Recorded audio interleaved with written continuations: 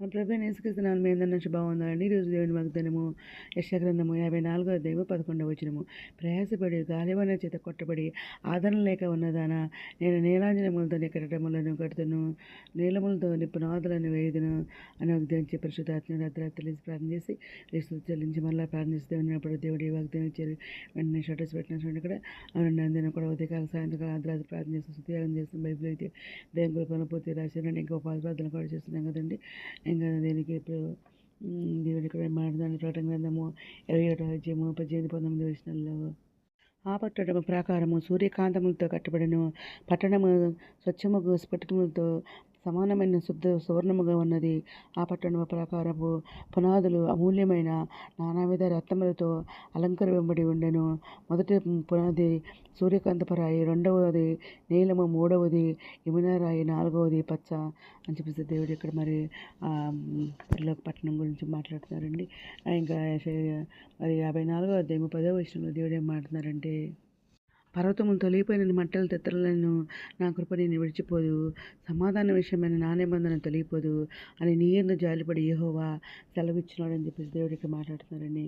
ఇంకా కీర్తన గ్రంథం 127వ అధ్యాయము 1వ వచనంలో, యెహోవా ఇల్లు కట్టించిన యెడల దాన్ని కట్టువారి ప్రయాసము వ్యర్థమే, యెహోవా పట్టణమును కాపాడిన యెడల దాన్ని కావలి కాయవారు మేలుకొని ఉండుట వ్యర్థమే అని చెప్పేసి దేవుడి యొక్క మాట్లాడుతున్నారండి.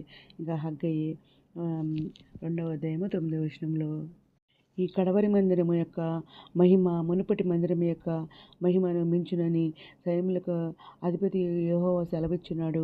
ఈ స్థలమందు నేను సమాధానము నిలబడి అనుగ్రహించదను, ఇదే సైన్యములకు అధిపతి యెహోవా అని చెప్పేసి దేవుడు ఏదైనా మాట్లాడుతున్నారండి. ఇంకా కీర్తన గ్రంథము 89వ అధ్యాయము 33వ వచనంలో, కానీ నా కృపను అతనికి బొత్తిగా ఎడమ చేయను, అబద్ధికుడునై నా విశ్వసతను విడవను అని చెప్పేసి దేవుడు మాట్లాడుతున్నారండి. ఇవన్నీ వచనాలన్నీ కూడా మరి మరి ఆదరణలో మరి శ్రమల్లో ఉన్న వారికి దేవుడు ఇచ్చే ఆదరణ అనమాట.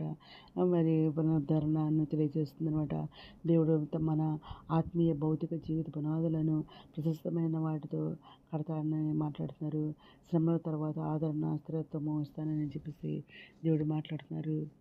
ఇంకా మాణిక్యములతో నీ కోట గుమ్మలను, సూర్యకాంతములతో నీ గుమ్మలను కడతానన్నారు. ప్రశస్తమైన రత్నములతో నీకు సరిహద్దులు ఏర్పరుస్తానన్నారు. నీ పిల్లలందరూ యెహోవా చేత ఉపదేశం ఉంటారంటున్నారు. నీ పిల్లలకు అధిక విశ్రాంతి కలుగుతుంది అంటున్నారు. నీతి గలదాన్ని స్థాపింపడతావు అంటున్నారు. భయపడక్కర్లేదు అంటున్నారు.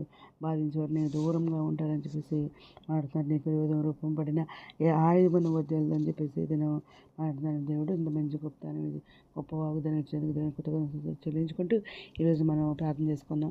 మౌనద్ర సరస్వతి మందిరాకరమైన అంకెళ్ళ స్థుతి స్తోత్రాన్ని 8 ప్రపంచ ప్రతి బిడ్డ పేరు జ్ఞానం చేసుకోండి. ప్రతి బిడ్డ అవసరం వస్తుంది. అక్కడ తెచ్చిన కోరికలు తెచ్చిన చండి బిడ్డలకు మంచి అరిగిపోయింది.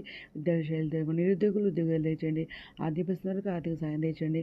అనారోగ్యాలను స్వస్థపరచండి. వేదనలకు ఓదచ్చండి. గుణవారు లేతండి. రక్షణ తెచ్చండి. అవనస్తులు బలపరచండి. అవన కాలం మీ కాడి మీద కృప చెప్పండి. ఇతరులకు రానే మీరు చేయడానికి మీ అందరూ సిద్ధపడ్డ కృప చెప్పమని ఎత్తపడకుండా భాగం తెచ్చమని మా ప్రభు పేరు యేసుక్రీస్తు ప్రస్తుతమైన నామమున అడిగి పెట్టుకుంటూ ప్రార్థిస్తాం తండ్రి. ఆమేన్. మీ అందరి ప్రార్థనలు మా కుటుంబం నుంచి కూడా ప్రే చేయమని మనం చేసుకోండి. ప్రభు సేవలో మీ సహోదరి. God bless you.